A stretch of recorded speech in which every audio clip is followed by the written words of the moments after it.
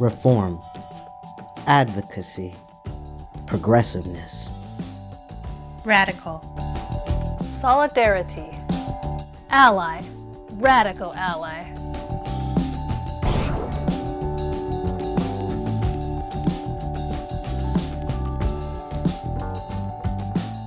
And you're listening to Radical Ally, your go-to podcast for resources, environmental and health well-being, social justice issues, community affairs, and more. I'm your host and ally, Grace Alcantar. And I first of all want to apologize for being away for so long. I actually took on a new job and had to learn how to do everything online. So I typically teach, I'm a guest teacher, and I've always done it in the classroom, but this time I actually had to learn how to do it online, which was a little bit more challenging. But during that time, it was very inspirational because I got to learn a lot more about what's going on with families. Especially with families having to be mostly at home with this current quarantine. And it's a big issue after talking to various parents about how challenging it is just to get your children to continue to be successful, how challenging it is to just get your kids to sometimes listen. So I want to dedicate this podcast to all the parents, and I just want to reassure you that there is hope out there. There is a way to get your kids on board, to get them to listen at home, and to also continue being successful. And I want to start by saying that you've got to bring school into the home. Schools are successful. Teachers are able to manage students' behavior because of the strict schedules and rules that they have in place. And so with that said, I really encourage you to get a calendar, a visual calendar that you can hang on your refrigerator, hang on the wall. For little ones, I definitely would recommend starting out with pictures, what I call icons. So let's say you want your kid to wake up and eat breakfast, and then you want them to brush their teeth and maybe play for a little while. You can find pictures online, or you can also find pictures through magazines, and then I would encourage you to use those pictures and put them on a schedule Monday through Sunday and have your children look at that schedule. Schedules are really great for kids because they reassure kids. It reduces anxiety, so a child knows what to expect in their day, and it will also help manage behavior. For the older kids, you can have them also come up with their own schedule, help them write down words. If they know time, this is a good way for them to practice their time. They can write down, times like 8 a.m. and then put 9 a.m., just like you would do a regular weekly schedule. So definitely use a calendar. It's a great way for them to also just continue learning their days of the week and learning about months and years and dates and things like that. For the teenagers, this is also effective. Teenagers can just do their own schedule, and this should give them a good sense of independence. That's exactly what teens want. Their brain is still developing, but the more that they get to be independent and do things on their own, this also will reduce anxiety. It helps build their self-esteem. It helps them feel worthwhile. So encourage your teens to come up with their own schedule, and of course I would advise to look it over, approve it, see if it gets your approval. And with that said too, the way to make sure that not students, but in this case families and children are listening to you and they are following their schedule, the biggest thing that you want to do is reinforce those task or that schedule that they have come up with. So anytime that your child completes a task, so let's say they get up and they eat breakfast like they're supposed to, give them a star, give them a sticker, or give them some kind of incentive so that they can continue doing the same thing throughout the day and throughout the week. Same thing with the older kids, give them an incentive. Of course, they're higher in terms of functioning. So with a teenager, if you're giving them allowance, for instance, and they are completing what they're supposed to be doing during the week, maybe it's throwing out the trash, cleaning up their room, then I would say go ahead and add some money to their allowance. And if they're not following what they're supposed to do, subtract and visually show that to them too. Let them know, hey, you got this much money in your allowance. I'm going to subtract this much because you weren't listening. Again, children, teens, babies, everyone, they're They're very, very visual. I cannot emphasize that enough, how visual they are. So they really need that as a guidance. They need to be able to see a calendar, write down a calendar, do things visually, do things hands-on. The other thing too that I have heard from parents is that they're getting really tired of kids being on the computer all day. And this is something that unfortunately, and fortunately, maybe in some cases, they had to do with the distant learning. Some kids are going to summer school right now, so they are doing distant learning still, and most likely that will be the upcoming future. Children will be learning online still as time goes on. So how do you keep your child off the computer? Well, I talked about this in my last podcast, and one way, of course, is to engage them in board games. Make sure that they are doing something a little bit different that's more hands-on. So board games are a great way to keep them off the computer. Also get them out there for walks in the park, have them ride their bikes, have them engage in any outside play wherever you feel it's safe. And there's also volunteer opportunities. So again, look at your local city's website. You can get your child to volunteer if you feel it's safe. At least it gets them away from the computer. And they can do more. There are some summer recreational activities too. Check with your local parks and rec. If you're in Hayward, if you're in Oakland, if you're in Berkeley, check with your local parks and rec, and there may be some activities that children are doing in small groups where they wear a mask and stuff like that. So I would check that out, and also do some art. This is a great time while we are in quarantine for the kiddos to do artwork at home. This is great for the teenagers too.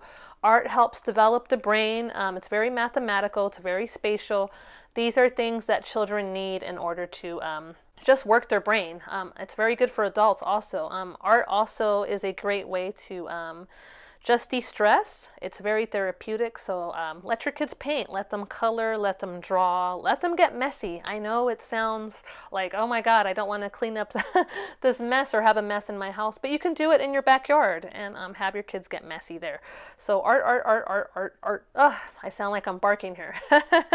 But it would be getting the kids to do art. The other thing too that I want to mention too, ways that you can reduce behavior, especially for the little ones. I know people always talk about the terrible twos. The reason why our kids are terrible at 2 years of age is because they have a hard time communicating. So I would advise to teach your kids sign language, American Sign Language. You can find a lot of YouTube videos online and that actually teach American Sign Language to kids.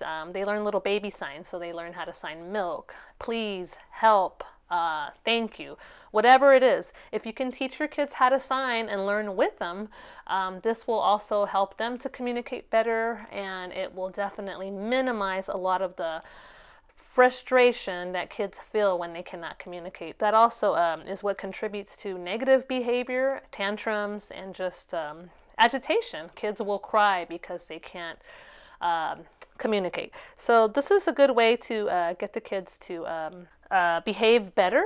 This works for babies, toddlers, the little ones, and even older kids. Older kids can also benefit from just learning sign language. If you think your teenager can benefit, I would say, have your teenager learn too. It's never a bad idea to teach your kids a new thing.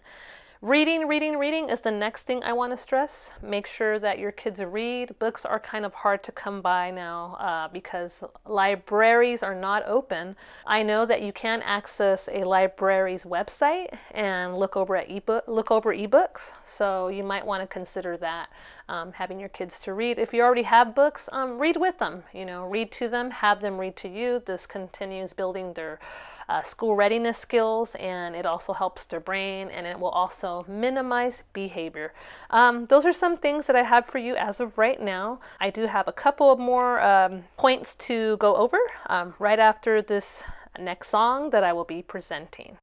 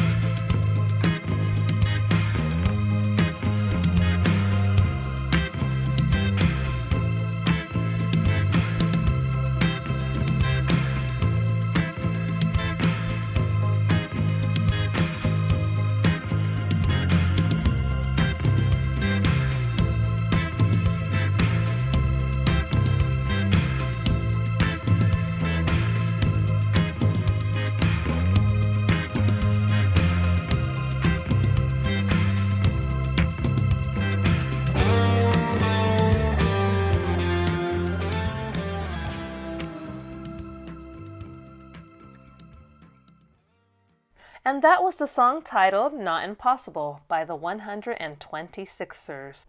And I am your host, Grace Alcantar. You are listening to Radical Ally. And we were just talking about ways to help your child be successful in the home, ways that we can get them to listen, to follow schedules, to be their very, very best at home. So how can we help them continue being academically successful? Well, I want to definitely talk about some hands-on activities that can help, but I definitely don't want to dismiss the internet, and I want to begin by talking about the internet and some of the websites that are helpful for that. The number one thing that I would recommend, though, is for children to learn how to type. This is summer, and this is a great time for children to learn how to type. There are two websites that I recommend, typing.com and Typing Club. I like typing.com personally, just because it's a good way for children to track their progress. They have different levels from beginning to intermediate to advanced. So it could be that your child is more in an intermediate level, so you can always start your child there, and you can track their progress as well. And I just love it because when a child completes a level, they get a star, they get rewarded each time. So it's a great, great way for children to learn how to type. These are really important skills when it comes to the job market, when it comes to jobs, and it's going to prepare your child for college. So get those kids typing. Like I said, this is good for the younger ones, and it's also good for the high schoolers. The other websites that I think are very important are any websites that have to do with English and math. English and math are core subjects.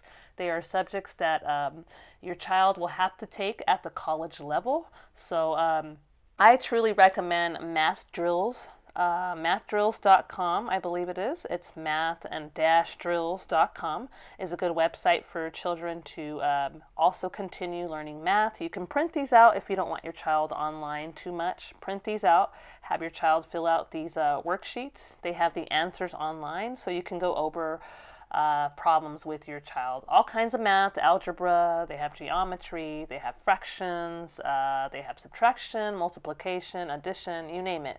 All the different levels can be found there from from kindergarten up to the high school level. So that's a great website to check out. And I also recommend education.com. They have good worksheets too for the little ones and also older high schoolers. And of course, Khan Academy. A Khan Academy would be more so for the high schoolers and middle schoolers. Khan Academy is great because it prepares students for the real world. I like Khan Academy because it's also college readiness. You can learn coding, you can learn about animation, you can learn some fun stuff too. It's not all about just different subjects like math and English, but you can also learn different other types of subjects, which I believe that students will be engaging once they do hit the college level. So those are some websites that I strongly recommend. Just because kids are off from school does not mean that they should not be continuing with their education. And now is the time to enforce this more than ever, because it is so easy for kids to lose some of their skills or to lose some of the knowledge that they've been getting at school. They don't have a teacher in front of them at this time, and it's like the parents are basically the teachers. You are the teacher at this time, which I know makes it a lot more challenging in some ways. And I know that it is difficult, especially for the people who may not have the skills to help their kids at home, or that have a language barrier. That's always a challenge. But these are some good websites, and I think that they are also to the point where children can also easily learn from these websites. So these are good websites. And other thing that I wanted to recommend as far as getting your child to be successful at home, to listen, to do what they're supposed to, is build things with your child at home. When children are building, they're using their brain. It's all kinesthetic. So children learn in different ways. Visual is one of the main ones, but they also learn to auditory. That's why songs are good as well. Play music at home, play songs at home that children like. Songs help to build language at all ages, especially from 0 to 3. It's very important for children to hear songs, lullabies You can sing songs to your children too. And for those of you who do not have books, tell your children stories. Sometimes we think that our own background or that our life is boring or that it's not interesting for our children to know. But children actually love to hear about their grandparents. They love to know what their stories were, what their lives were when they were kids. So talk to your kid about your life. Tell them how you grew up. Tell them the things that you went through. Maybe tell them about the experiences you had. It's so important for you to connect with your children. And finally, I encourage you strongly to try to have your child fall asleep and wake up at the same time every day. It's so important for children to get enough sleep, but also to fall asleep and wake up at the same time every single day. So if you follow these tips, I assure you that you'll have an easier time managing your child's behavior at home, whether it's your little one or your teenager. You will definitely have an easier time. Feel free to write me, email me for any more ideas or any questions that you may have. And that's all I have for you. And I look forward to talking to you some more on our next subject, which we will be discussing unemployment benefits. A lot of us are having a really hard time trying to get our unemployment benefits right now. It is, oh my God, ridiculous. So I'm going to try to give you some tips that I've learned from some people in the online community and also just from people that I've talked to. So hopefully that'll help you out. Take care. And again, like I said, feel free to reach out to me.